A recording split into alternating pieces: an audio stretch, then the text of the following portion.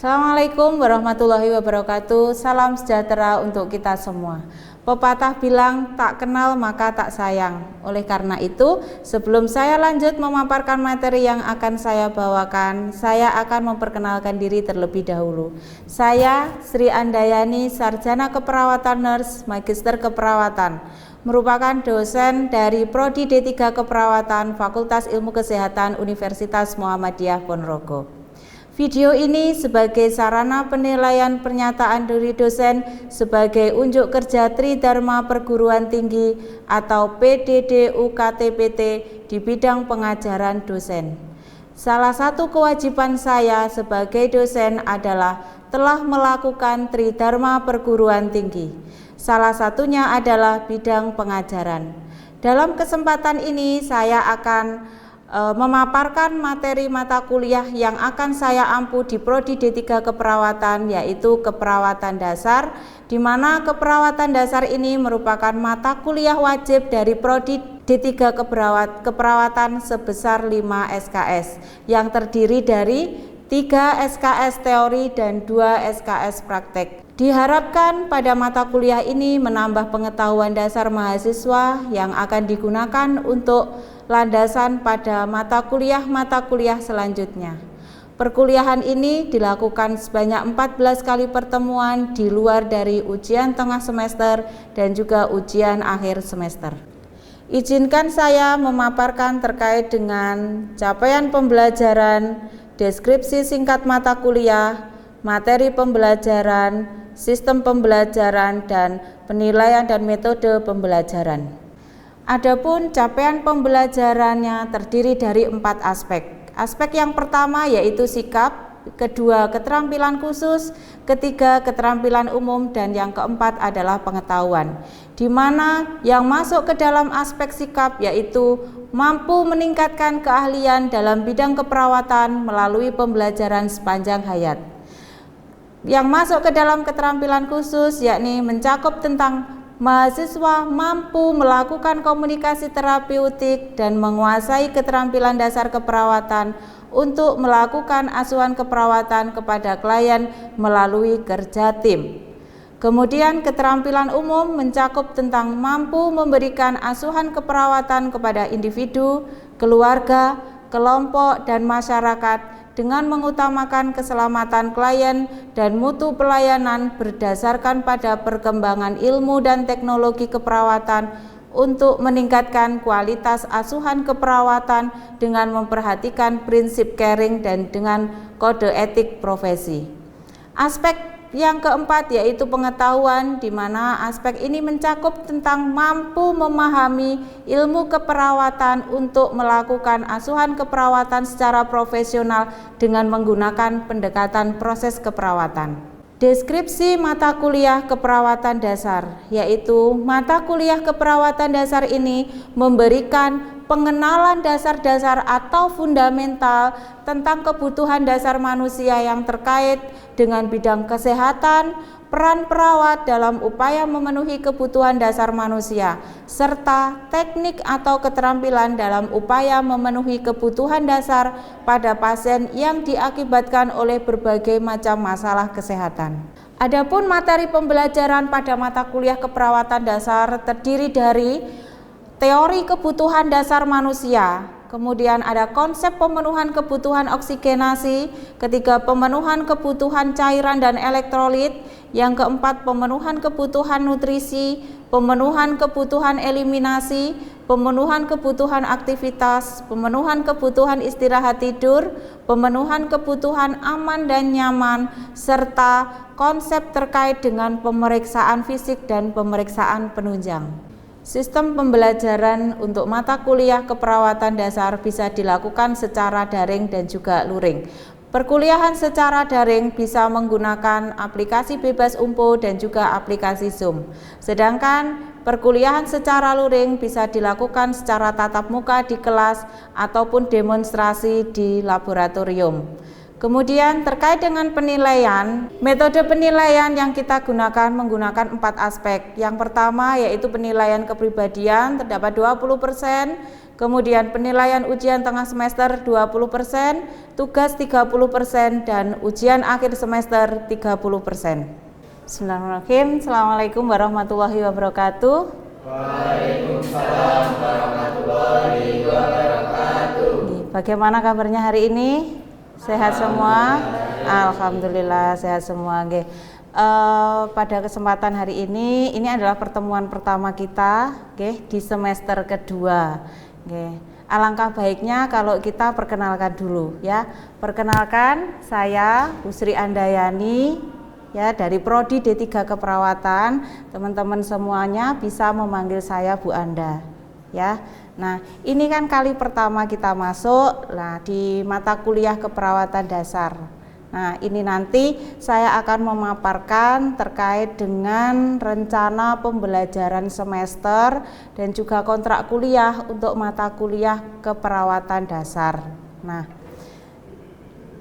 keperawatan dasar ini terdiri dari 5 SKS, di mana 3 SKS itu adalah teori dan 2 SKS itu adalah praktik. Nah, untuk capaian pembelajaran di mana nanti teman-teman semua selama mengikuti perkuliahan ini nanti diharapkan mampu meningkatkan keahlian dalam bidang keperawatan melalui pembelajaran sepanjang hayat. Kemudian CPL yang kedua yaitu mampu memahami ilmu keperawatan untuk melakukan asuhan keperawatan secara profesional dengan menggunakan pendekatan proses keperawatan. Kemudian capaian yang ketiga yaitu mampu untuk melakukan komunikasi terapeutik dan menguasai keterampilan dasar keperawatan untuk melakukan asuhan keperawatan kepada klien melalui kerja tim. Kemudian capaian yang keempat yaitu mampu memberikan asuhan keperawatan kepada individu, keluarga, kelompok, masyarakat dengan mengutamakan keselamatan pasien dan juga mutu pelayanan berdasarkan perkembangan ilmu dan teknologi keperawatan untuk meningkatkan kualitas asuhan keperawatan dengan berdasarkan prinsip caring sesuai dengan kode etik keperawatan. Nah, di sini nanti perkuliahan keperawatan dasar itu nanti akan kita lakukan selama 14 kali pertemuan ditambahkan dengan 2 kali ujian yaitu UTS dan juga UAS. Nah, adapun deskripsi singkat dari mata kuliah keperawatan dasar ini yaitu mata kuliah keperawatan dasar ini mampu memberikan pengenalan dan dasar-dasar atau fundamental tentang kebutuhan dasar yang terkait dalam bidang kesehatan, peran perawat dalam upaya pemenuhan kebutuhan dasar, serta teknik atau keterampilan dalam upaya pemenuhan kebutuhan dasar manusia yang diakibatkan oleh berbagai macam kesehatan. Adapun bahan kajian yang akan kita pelajari bersama selama 1 semester ke depan yaitu yang pertama kita akan belajar terkait dengan teori kebutuhan dasar manusia. Yang kedua terkait dengan pemenuhan kebutuhan oksigen. Yang ketiga adalah keterampilan-keterampilan dalam pemenuhan kebutuhan oksigen. Yang keempat adalah konsep pada pemenuhan kebutuhan cairan. Yang kelima adalah pemenuhan kebutuhan nutrisi. Yang ketujuh adalah pemenuhan kebutuhan eliminasi. Kemudian selanjutnya adalah pemenuhan kebutuhan aktivitas, pemenuhan kebutuhan istirahat tidur, pemenuhan kebutuhan aman dan nyaman, dan yang terakhir yaitu konsep terkait dengan pemeriksaan fisik dan juga pemeriksaan penunjang. Nah, di bawah ini adalah beberapa materi pembelajaran yang akan kita pelajari bersama di tiap-tiap kali pertemuan. Nah, ini untuk pertemuan yang pertama kita kontrak kuliah dulu, kemudian dilanjut dengan konsep kebutuhan dasar manusia. Nah, yang ini nanti akan kita pelajari hari ini. Kemudian yang kedua nanti akan kita bahas terkait dengan alat-alat kesehatan yang akan kita gunakan. Oke, nanti kita akan demonstrasi di lab, kita akan studi tour di lab. Kemudian yang ketiga itu kita bahas terkait dengan pemenuhan kebutuhan dasar spiritual.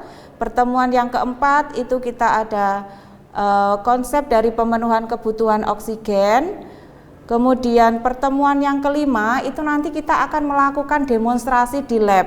Demonstrasi ini nanti kita akan melakukan intervensi keperawatan yang fungsinya adalah untuk melakukan tindakan-tindakan keperawatan, di mana tindakan itu kita gunakan untuk memenuhi kebutuhan oksigen. Kemudian pertemuan yang keenam kita bahas konsep dari kebutuhan cairan dan elektrolit. Pertemuan yang ketujuh, nah ini kita demonstrasi lagi di lab. Kita lakukan intervensi keperawatan dalam pemenuhan kebutuhan cairan dan elektrolit. Kemudian pertemuan ke-8 nanti kita ada UTS, ujian tengah semester. Nah, setelah itu di pertemuan ke-9 kita bahas lagi konsep kebutuhan eliminasi.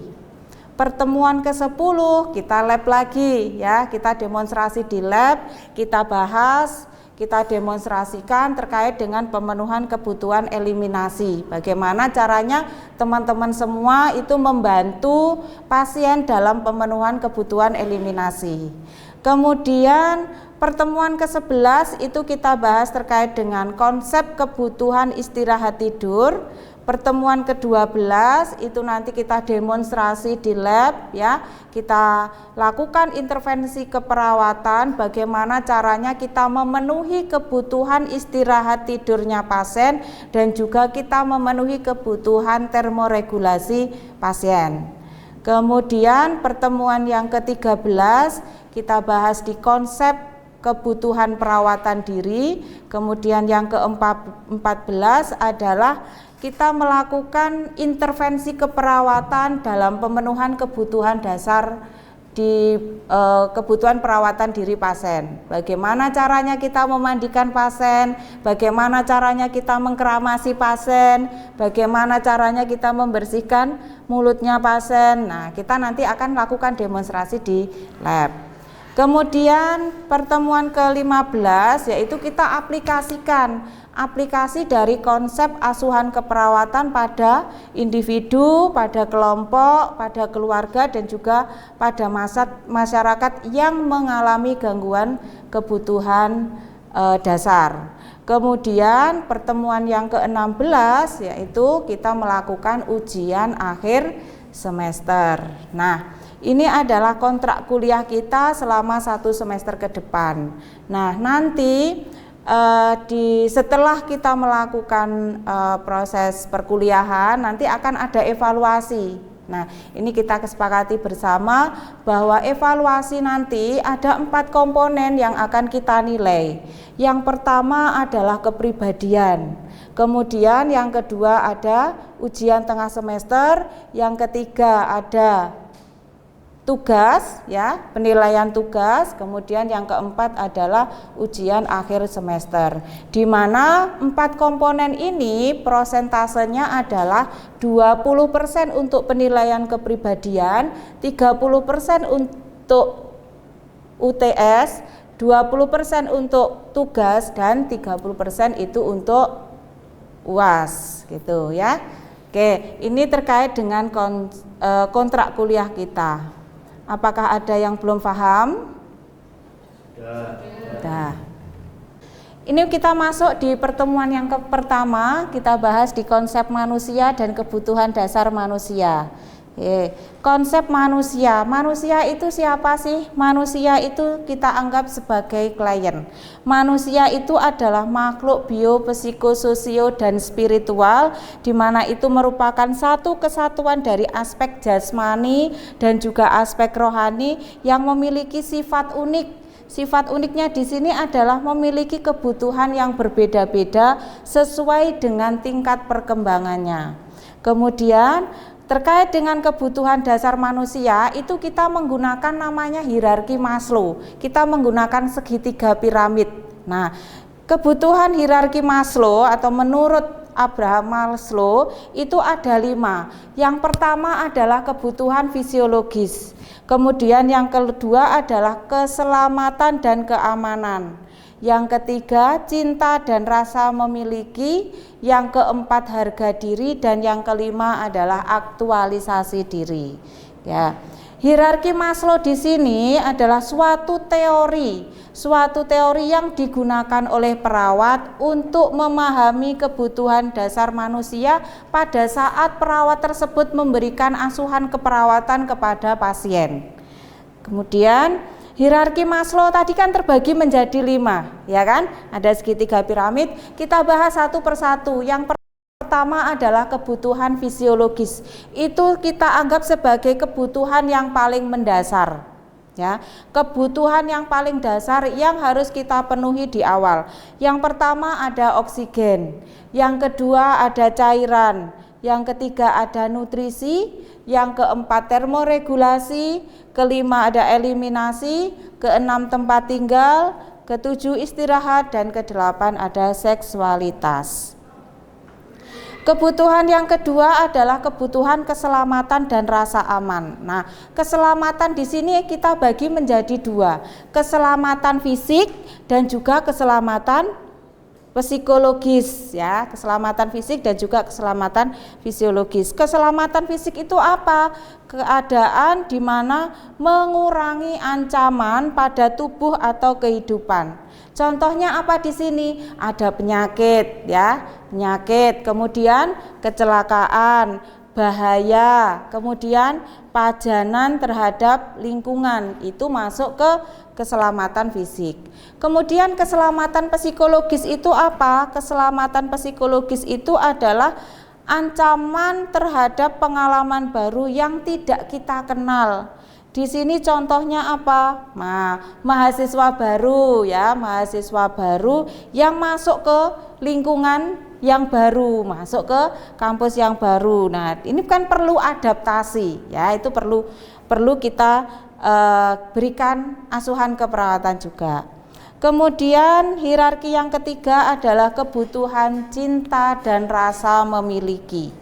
Nah, biasanya kebutuhan ini meningkat apabila kebutuhan dasar, kebutuhan fisiologis dan keselamatannya sudah terpenuhi. Nah, kebutuhan yang pertama, kedua sudah terpenuhi, baru kita masuk ke kebutuhan yang ketiga, yaitu rasa cinta dan memiliki. Nah, apabila individu itu merasa aman, selamat, maka mereka itu sudah mempunyai waktu, sudah mempunyai energi untuk mencari yang namanya rasa cinta dan rasa memiliki.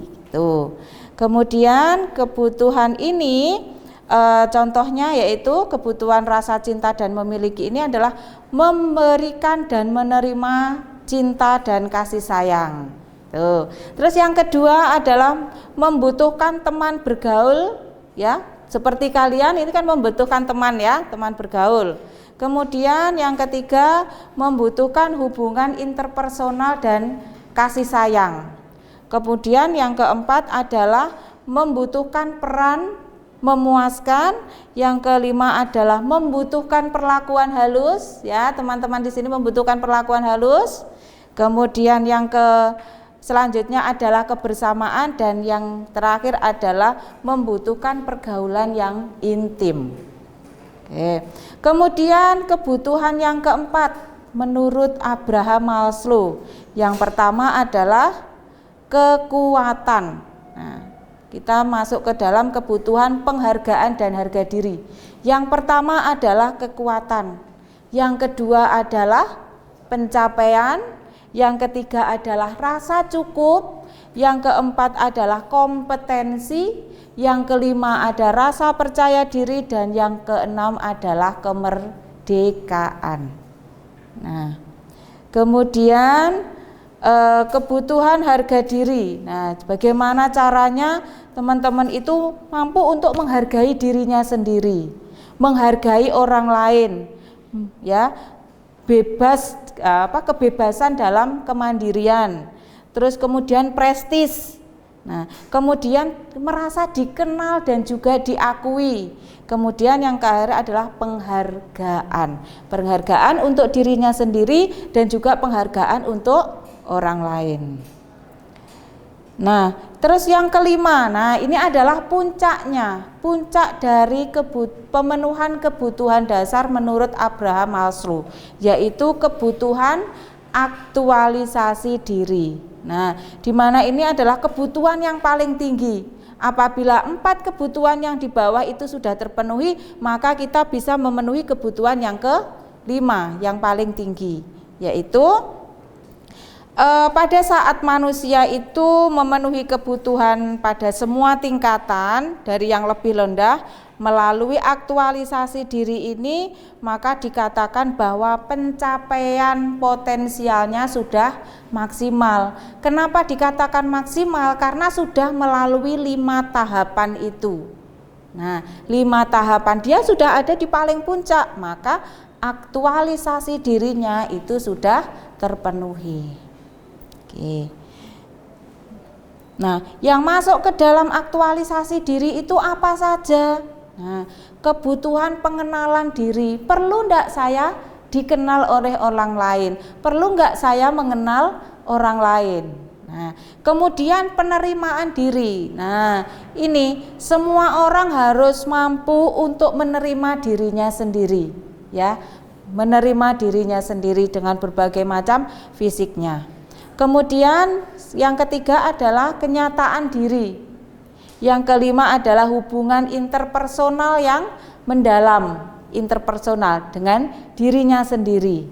Kemudian penghargaan pada dirinya sendiri. Kalian bisa mengatakan saya mampu, saya bisa, ya. Itu masuk ke menghargai dirinya sendiri. Terus pemenuhan kebutuhan sendiri. Jadi teman-teman semuanya ini mampu untuk memenuhi kebutuhan dirinya sendiri. Seperti tadi yang mulai dari kebutuhan fisiologis itu teman-teman mampu kan untuk memenuhi kebutuhannya sendiri. Nah, itu masuk ke dalam pemenuhan sendiri. Kemudian persepsi sehat dan realistis. Saya rasa teman-teman di sini semuanya sehat kan? Sehat, realistis semuanya ya. Sadar kalau sekarang ada perkuliahan. Kemudian penerapan kebutuhan dasar. Nah, penerapan kebutuhan menurut Abraham Maslow bahwa mengenai kebutuhan dasar manusia ini kita dapat memberikan kepada pasien, kepada klien seumur hidupnya. Ya, mulai dari lahir sampai nanti menjelang ajal, pemenuhan kebutuhan dasar ini harus kita cukupi. Ya, apalagi nanti kalau sudah ada di lingkup pelayanan kesehatan, itu sudah menjadi tugas kita. Ya, menjadi tugas kita sebagai perawat yang nantinya akan memenuhi kebutuhan dasar manusia itu. Oke, kemudian pada saat perawat tersebut menerapkan konsep dari Abraham Maslow ini, harapannya yang diberikan adalah kita berfokus pada kebutuhan individu. Jadi kita akan tahu kebutuhan masing-masing individu itu seperti apa. Nah, jadi kita akan memenuhi kebutuhan dari masing-masing individu, di mana kebutuhannya itu kan berbeda antara klien yang satu dengan klien yang lain, itu nanti akan berbeda. Tuh, jadi kita harus tahu kebutuhan dari masing-masing. Oke, sampai sini ada yang mau ditanyakan? Ya, monggo. Ya.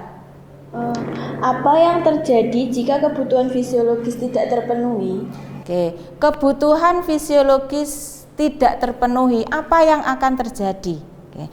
Kebutuhan fisiologis itu kan dasar ya.